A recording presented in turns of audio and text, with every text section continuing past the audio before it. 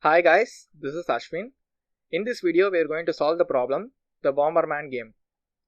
The Bomberman lives in a rectangular grid. Each cell in the grid either contains a bomb or nothing at all. Each bomb can be placed in any cell of the grid, but once planted, it will detonate after exactly 3 seconds. Once a bomb detonates, it's destroyed along with anything in its 4 neighboring cells. This means that if a bomb detonates in cell I, j, any valid cells that are surrounding are cleared. If there is a bomb in a neighboring cell, the neighboring bomb is destroyed without detonating, so there is no chain reaction.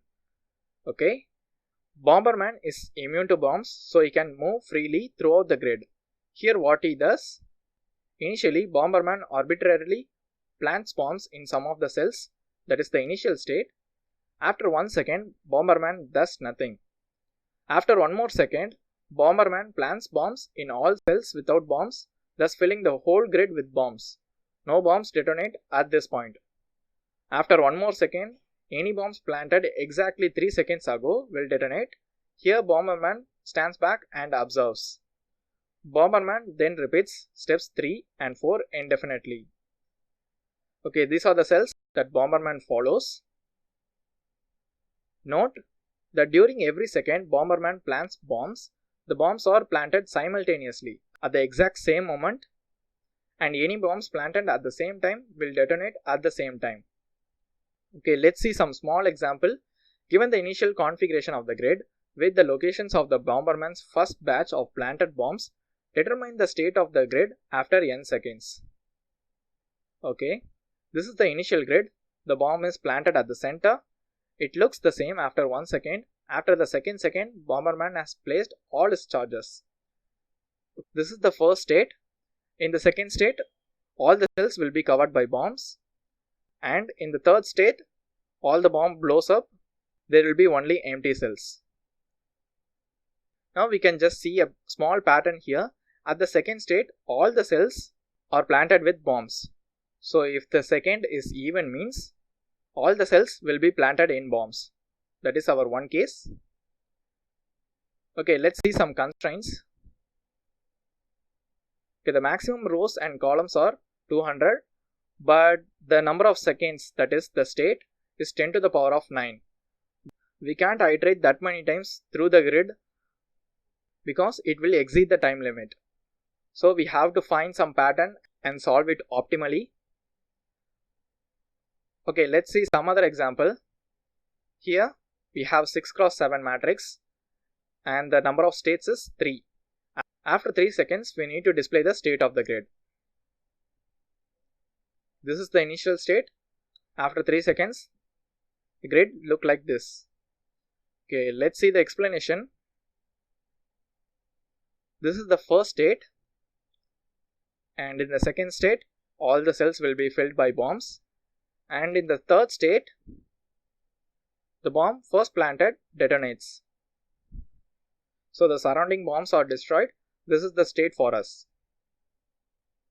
After tracing multiple examples, I found out there are only 2 alternate states except the second state. This is one of the states, and the other one may be the initial state or some other state. And the pattern keep on going until n. So the second state always be the same, and there are only other 2 alternate states. So we need to find the alternate states and just return the grid. Okay, let's solve the problem now. Let's check for the initial state. If n equals 1, return grid. N equals 1 means after 1 second, that is the initial state, we just need to return the grid as itself. Now for the second case, all cells will be filled with bombs. All cells filled with bombs. For that, if n modulus 2 equals 0, that is in even seconds, all the cells will be filled with bombs. So we need to return the grid completely filled with bombs. Return a list capital O multiplies C for I in range of R. This will create an R cross C matrix filled with capital O's, means representing the bombs. Now for the third case, we need to check for the alternate states. Alternate states. We already know that at even seconds, all the cells will be filled with bombs. So we will divide n by 2. N divides 2. Now we remove the even states.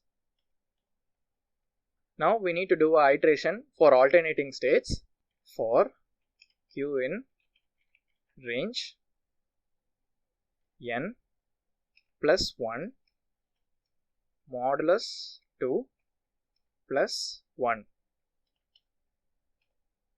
This is to check for the alternating state. Let's say n is 3. 3 plus 1 is 4.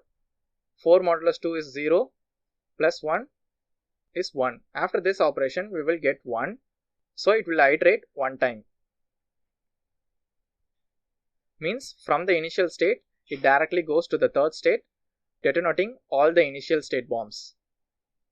What happens if n equals 4? 4 plus 1 is 5. 5 modulus 2 is 1. 1 plus 1 is 2. So we will find the second state. First, we will go to the third state. From the third state, we will detonate all the bombs and go back to some other state or the initial state.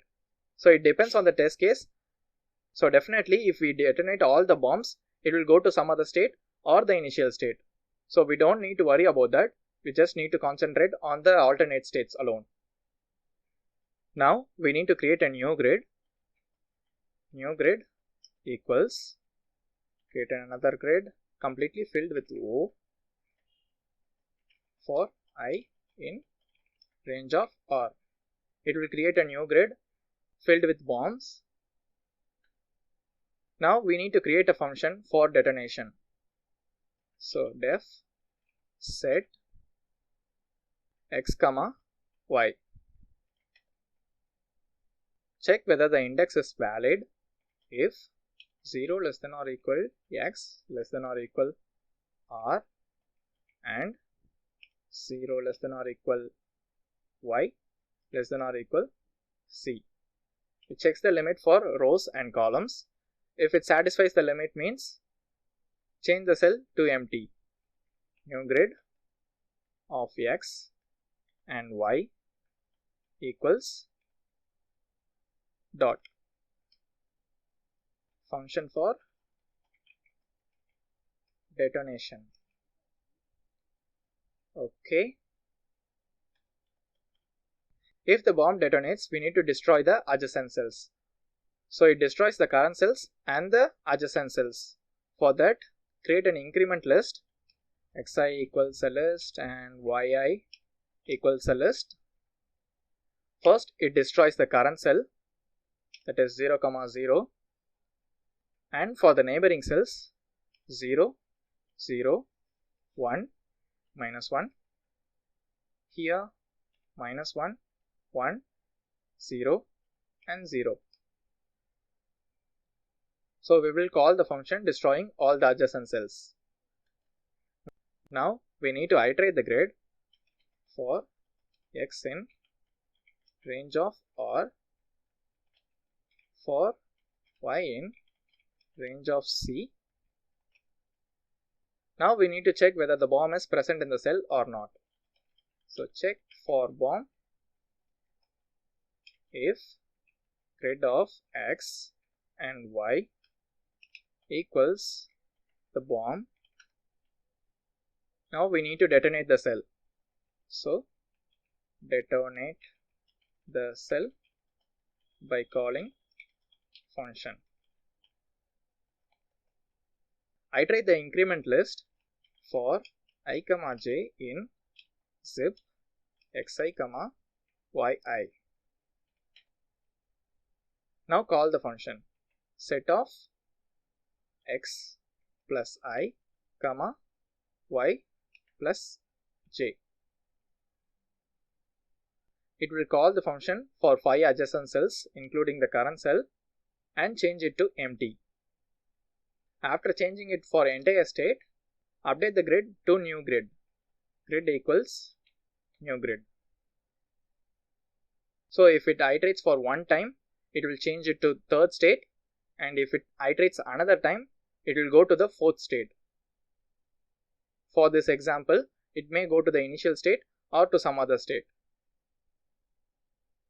Instead of iterating the entire grid for n times, we just optimized it to iterate only 2 times. After the iteration, return the grid by joining it as string. Quotation join of x for x in grid. Because the new grid is initialized as a list for changing the values, while returning we need to change the row as a string because the output format is in the type of string. Okay, I made an error here. This is less than R and less than C. Okay, let's run the code.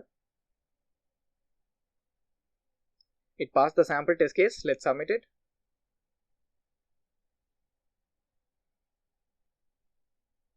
Yeah, we solved the problem.